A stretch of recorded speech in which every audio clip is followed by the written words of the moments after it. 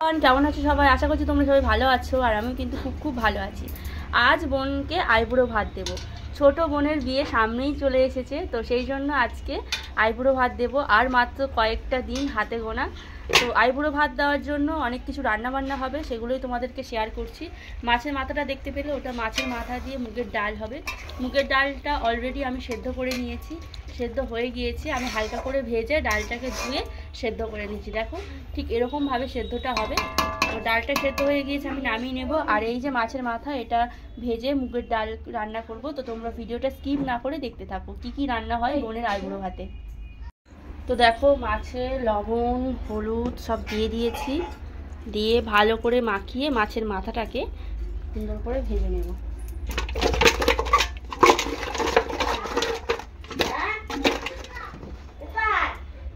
তেলটা গরম বসিয়ে দিয়েছি।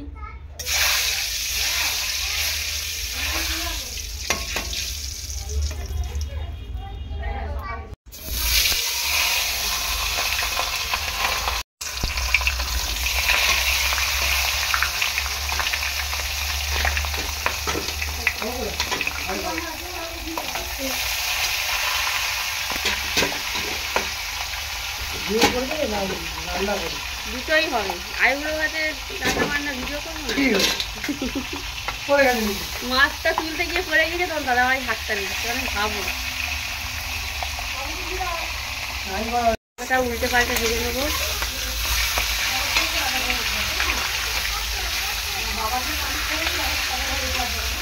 তো বড় বড় মাছের মাথা কড়াইতে ধরছে না, কড়াইটা একটু ছোটো হয়ে গিয়েছে।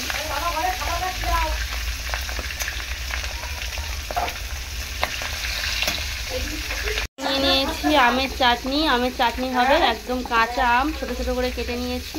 আমের চাটনিটা আগে করে নেব।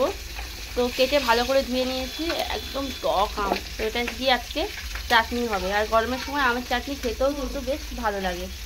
চাটনিটা 5 ফোড়ন দিয়ে করব। 5 ফোড়ন দিয়ে আমের চাটনি সর্ষের থেকেও বেশি ভালো লাগে খেতে, সেই জন্য 5 ফোড়নটা দিয়ে দিয়েছি। মা বলছে 5 ফোড়নটা ভালো করে ফোটাবে। যাই হোক, এই যে আমগুলো দিয়ে দেবো এখন। আর ওদিকে দেখো মাছের মাথাটা ভাজা হচ্ছে, এদিকে আমি চাটনিটা বসিয়ে দিলাম। এরপরে অনেকগুলো ভাজা হয়ে গেছে। মা কুমড়োগুলো কাটার পর বেগুনটা কেটে দেবে, আম যখন ভাজা হবে।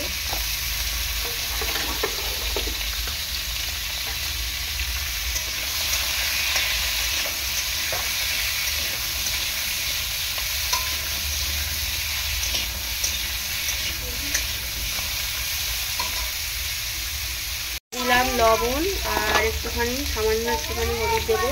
চাটনিটা বেশি হলুদ আমার পছন্দ না। আর মাম্মাম বলছে ব্যানানা খাবো। সকালবেলা উঠেই চকলেট খাওয়া থেকে ওর আজকে স্টার্ট। চকলেট, ক্যাডবেরি, তারপর তোমার যে কেক, এগুলো খাবে, আর অন্য কিছু খাবে না। আজকে তাড়াতাড়ি রান্নাগুলো কমপ্লিট করতে হবে, সেই জন্য একটু তাড়াতাড়ি করে রান্নাটা করছি। যাই হোক, আমটা একটু ভালো করে ভেজে নেব, নিয়ে এর মধ্যে জল দিয়ে দেবো, তারপর চিনি দেবো।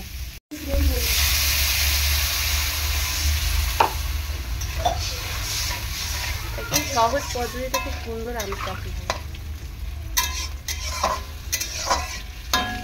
দিয়ে দেবো আমি। আমে প্রচণ্ড টক, দাও না সবাইকে অল্প অল্প করে দেবো।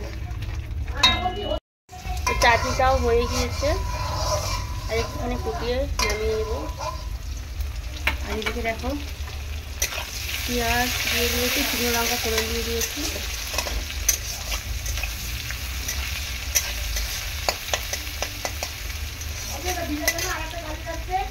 হ্যাঁ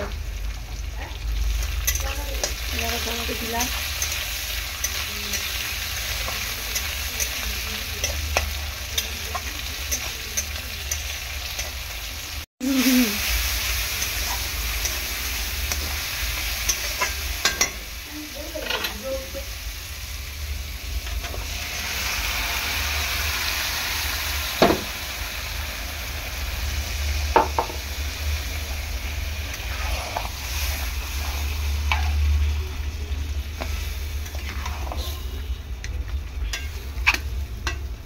মাছের মাথাগুলো একটু ভেঙে ভেঙে দেবো। এটা হয়ে এসেছে, গরম মশলা দিয়ে নামিয়ে নেব। মাছের মাথা দিয়ে মুগের ডাল হয়ে এসছে, এবার নামিয়ে নেব।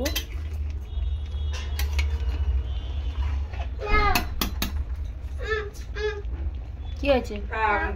মশলা ছড়িয়ে দিচ্ছি আমি, হয়ে গেছে মাছের মাথা দিয়ে মুগের ডাল।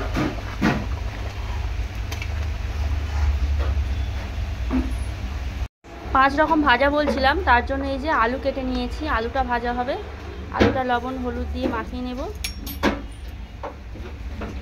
হলুদ গুঁড়ো দিয়ে দিলাম, আর খুব সামান্য একটুখানি লঙ্কার গুঁড়ো দেব।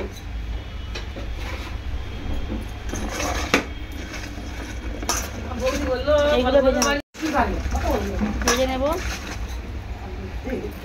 একটু জল দিয়ে দিলাম, তাহলে মশলাগুলো গায়ে গায়ে বেশ ভালো লাগবে।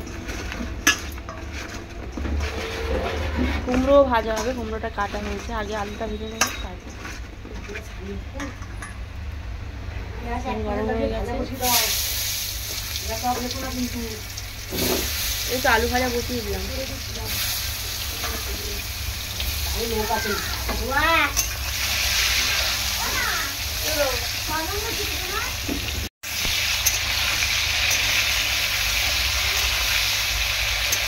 আলুটা ভালো করে ভেজে নেব।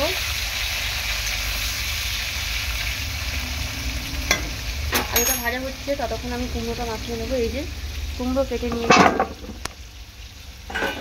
দেখতে পাচ্ছ, চাক চাক করে কুমড়ো কেটে নিয়েছি।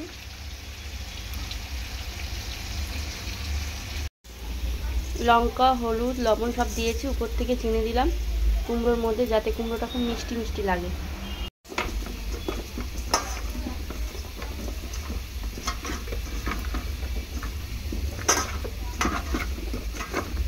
মোটা মোটা করে কুমড়ো ভাজা সুন্দর লাগে খেতে, আর বোনও খুব পছন্দ করে।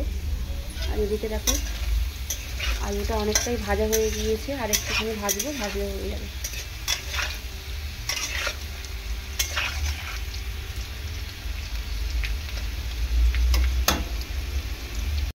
এই যে মা নারকেল ফাটাচ্ছে চিংড়ি মাছ হবে বলে।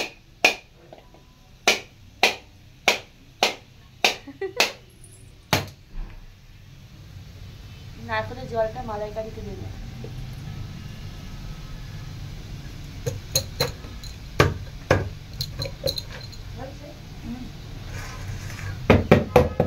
একেবারে ফাটাতে পারেনি, এই দেখো মা এক জায়গা করে এরকম ধরো, খোলো খোলো, হ্যাঁ ফটো দেবো। তো আলু ভাজা হয়ে গেছে, আলু ভাজাটা তুলে নেব।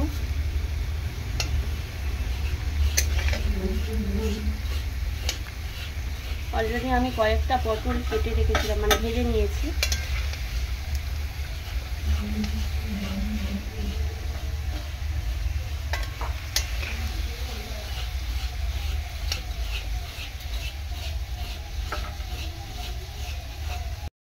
এই যে আলু ভাজাটা হয়ে গেছে, এখন কুমড়োটা ভেজে নেব।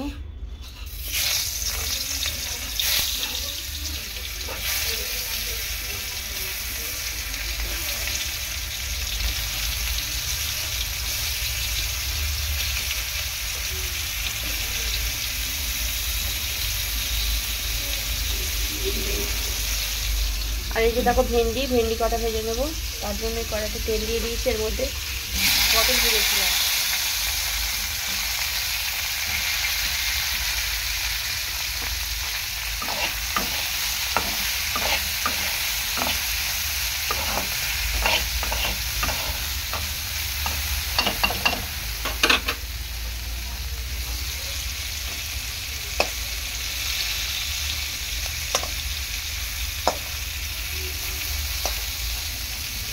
ঢেঁড়সটা ভাজা হচ্ছে, ঢেঁড়স আর একটুখানি ভাজবো, ভাজলে হয়ে যাবে।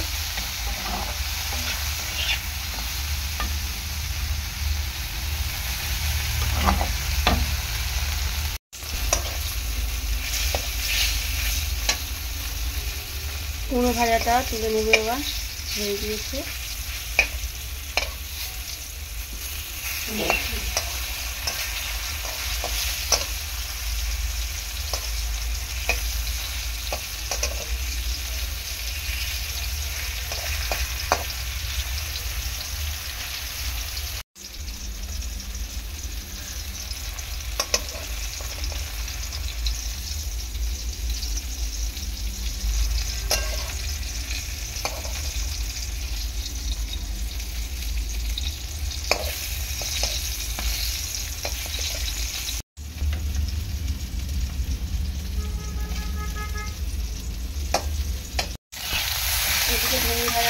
গিয়েছে।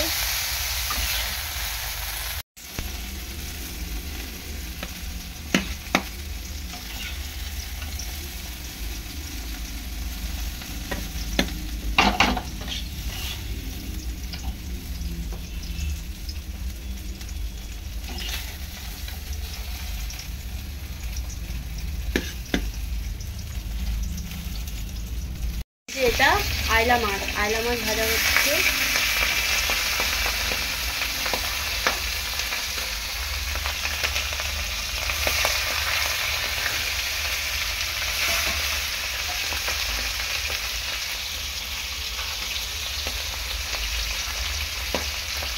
সাইড হয়ে গিয়েছে, আরেক সাইড ভালো করে ভেজে নেবে।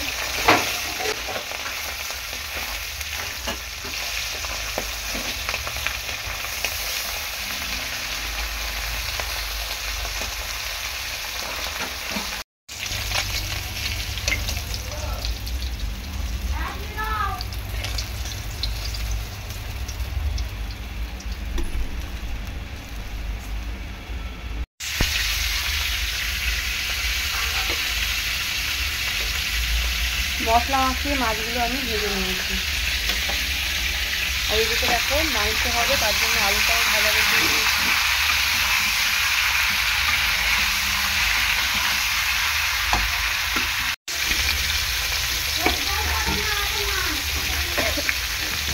হলুদ দিয়ে দিয়েছি আর লবণ দিয়ে দিয়েছি, দিয়ে ভেজে নেব আলুটা।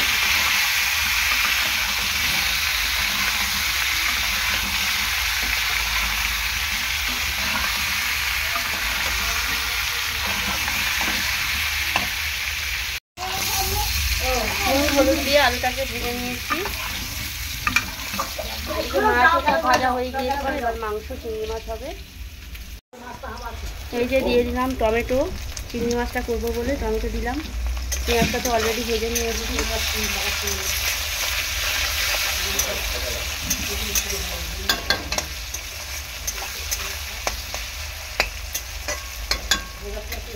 একটু আদা রসুন দিয়ে দেবে।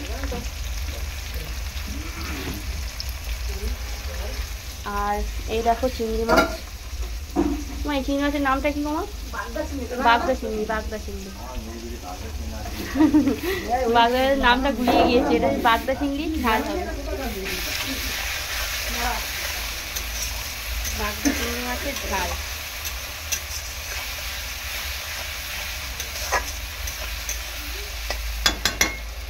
কেমন হচ্ছে আবার রান্না? হলুদ দিচ্ছি, লঙ্কাও দিয়ে দেবো।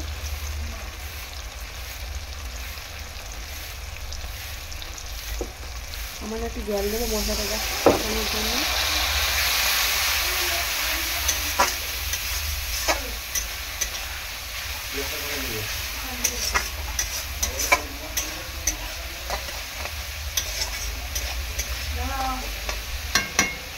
জিরের গুঁড়ো দিয়ে দিলাম, দিয়ে ভালো করে প্রথমে মশলাটাকে কষিয়ে নেব।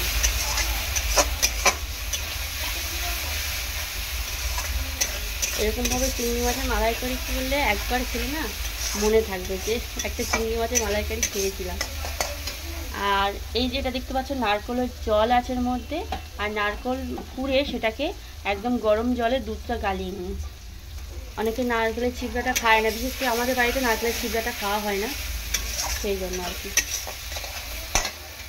এখন আমি দিয়ে দেবো এই যে চিংড়ি মাছটা, একেবারে মশলার সাথে আমি কষিয়ে নেব।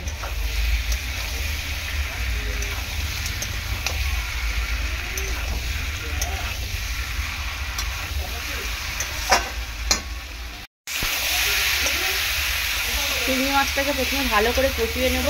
অনেকেই দেখেছি চিংড়ি মাছের মালাইকারি করার সময় ভেজে নাও, এরকমভাবে করলে কিন্তু ভাজার আর প্রয়োজন কোনো পড়ে না। একদম চিংড়ি মাছটা কষা কষা হয়ে যাবে, কোনো প্রবলেম হবে না এরকম যদি রান্না করো। এক্সট্রাভাবে ভাজার তোমাদের কোনো দরকার নেই, খুবই টেস্টফুলি হবে এরকম চিংড়ি মাছের মালাইকারি।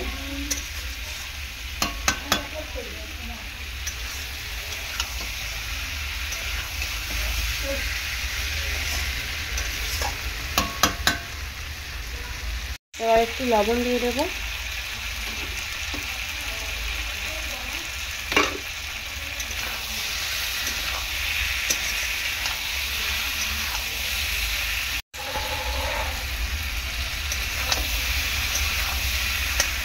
ভালো করে কষিয়ে নিয়েছি। দেখো দিয়ে দেবো এখন নারকেলের দুধ।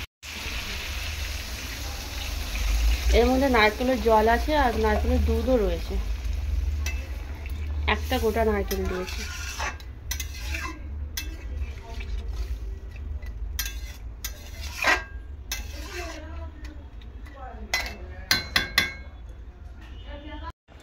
তো একটুখানি চিনি দেবো, নারকেল দিয়ে যেহেতু হচ্ছে একটু মিষ্টি মিষ্টি লাগলে ভালো লাগবে মালাইকারিটা।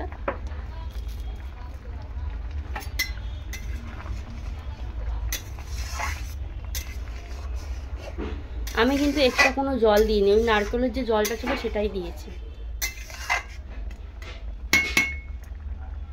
চিংড়ি মাছটা হয়ে গিয়েছে, এখন দিয়ে দেবো উপর থেকে গরম মশলার গুঁড়ো। চিংড়ি মাছ হয়ে গিয়েছে, দেখতে পাচ্ছ।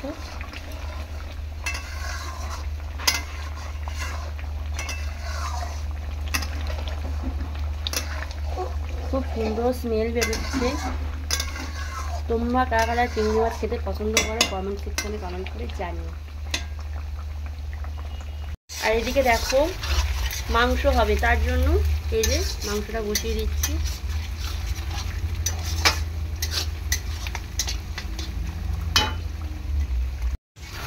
মাংস বসাবো, সেই জন্য মশলার মধ্যে কিন্তু আমি দই দিয়ে দিয়েছি, টক দই। খাসির মাংস হবে।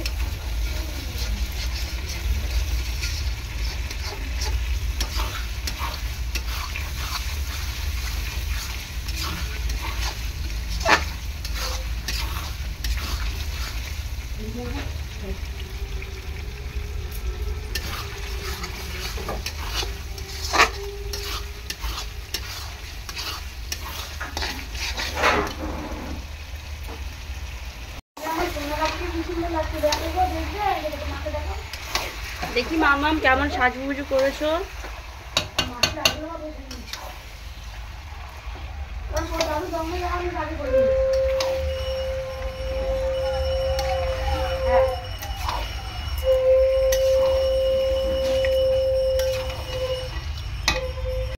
এই দেখো বেগুনটা সবার শেষে বাজার থেকে আনা হয়েছিল বলে সেই জন্য শেষেই ভাজা হচ্ছে। বেগুন ভাজা হবে, 5 রকম ভাজার মধ্যে বেগুন ভাজাটাও একটা, আর মাছ ভাজাটা আলাদা, ওটা 5 রকমের বেশি হয়ে যাবে। বেগুনটা একদম ছাকা ছাকা তেলে ভেজে নেব।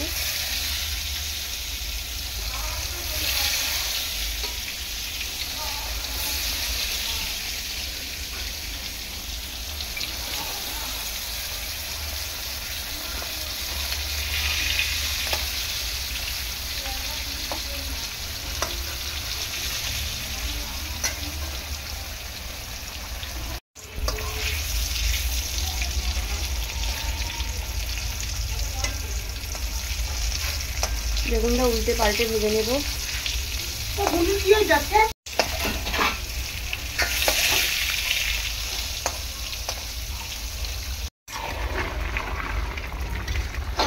মাংসটা প্রথমে ভালো করে কষিয়ে নেব।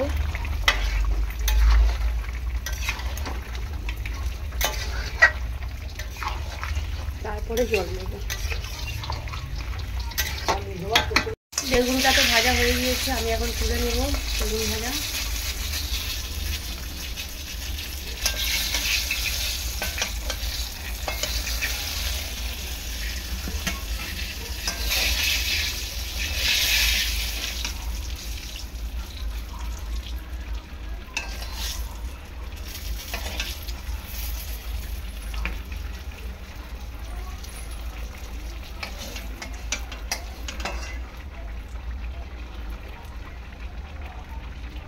দেখো 5 রকম ভাজা কিন্তু আমার কমপ্লিট হয়ে গেছে।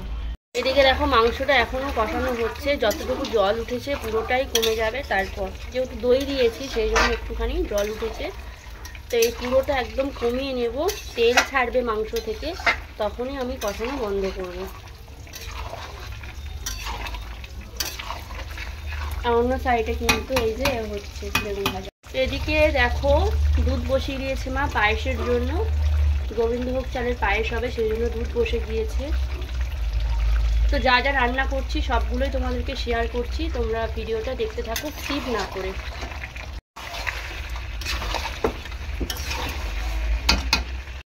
দেখো মা চাল দিয়ে দিচ্ছে পায়েসের জন্য, ঘি মাখিয়ে দিয়েছে, ঘি মাখিয়ে দিয়ে চাল দিয়ে দিয়েছে, পায়েস হবে।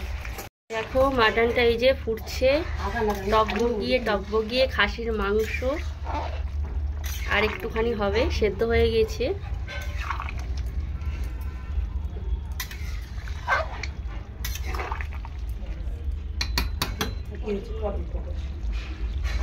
মাছটা